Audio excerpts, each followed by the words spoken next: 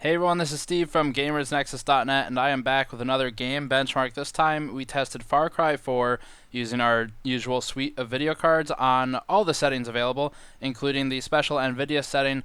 Now, Far Cry 4, like Assassin's Creed, which I benchmarked last week, is made by Ubisoft, and as such, it is made in partnership with NVIDIA. So Ubisoft has partnered with NVIDIA, and the two of them work together on integrating special graphics technologies that are either not available to AMD users or less optimized for AMD users as a result of this partnership. In theory, Ubisoft is still testing for AMD cards, but we'll test whether that's true or not in the benchmark going forward here in a second. Before getting to the charts for performance of all the various video cards, I wanted to talk about some of the technologies in Far Cry 4. First of all, there's a special NVIDIA setting that enables effectively ultra high settings or ultra settings, except with soft shadows, HBAO plus, and with Txaa. And what those things are, first of all, Txaa is a temporal based anti-aliasing solution. What that means is that it is time based. It looks at the previous frame that was rendered and it looks at the current frame being rendered. It compares the two of them by sampling all the pixels that it wants to sample, and then it basically decides, okay, this is how the frame should look in terms of the anti-aliasing around the borders of all the models and objects, and it sort of makes movement of the camera a little bit smoother, so you don't get this odd flickering effect on objects like hair or fences or other sort of skinny things like signposts. When you move the camera with some types of anti-aliasing, you'll see those pixels flicker, and they look more, you can see the square pixels around the edges. So Txaa eliminates a lot of that, and that is only available to NVIDIA. That is one of the technologies in here. Another one is soft shadows, similar to PCSS and Assassin's Creed, or percentage closure soft shadows. It's basically the edges of the shadows are a little bit softer. They're not as hard, go figure, right, from the name. And all that means is that the light sort of is more natural in its interaction with the border of the shadow when the shadow is bordering the underlying object that it's shading. So that just sort of makes it look more realistic, because shadows don't normally end in a hard edge. They sort of fade away, and that's what that does. Then we've got the enhanced God rays. That's another feature of Far Cry 4's graphics engine.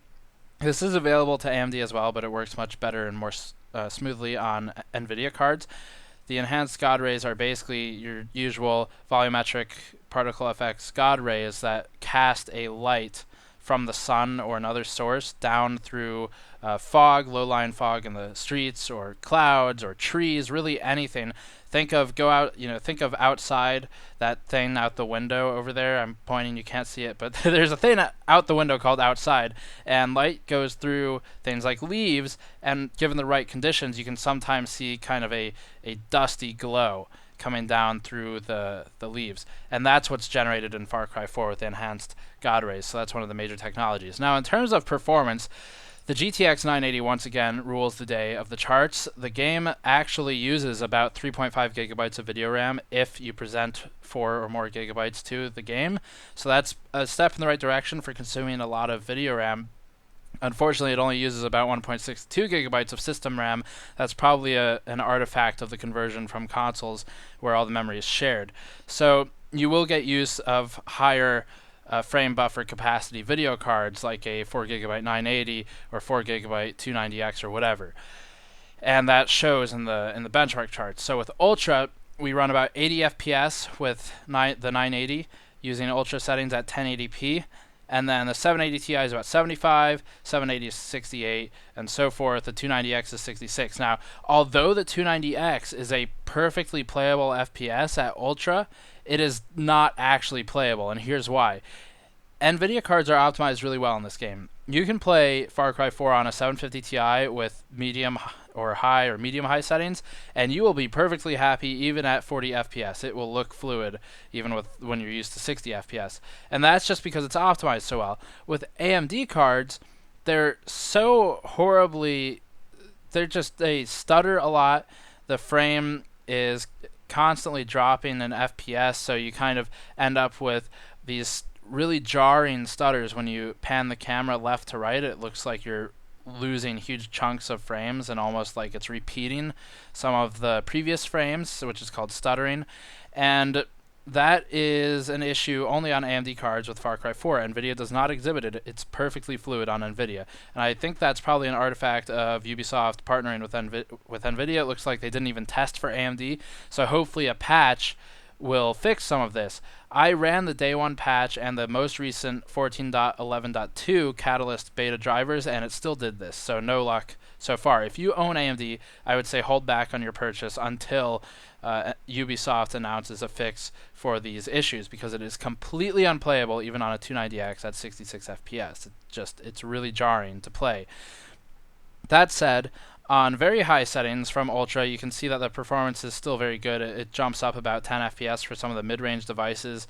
The 270X is now in the 60 FPS range, so it actually jumps 20 FPS between Ultra to very high. And then moving down to medium, we've got the 750 Ti suddenly sitting in the 60 FPS range. Very definitely playable at that setting with the 750 Ti. And then low, you can kind of see those settings, and check the link in the description below for all these charts. This last one is the NVIDIA special setting that is only available on NVIDIA cards. And check the link in the description below for the full review of, or the full benchmark review, I should say, of Far Cry 4. There is another video on my channel. Go hit the Gamers Nexus channel linked below, and you'll find what the game looks like at 1080p at 60 FPS. So that will give you a good idea of what we're dealing with here in terms of graphics technology. That's all for this video. Please subscribe if you like this video, like it. It really helps us, and I will see you all next time. Peace.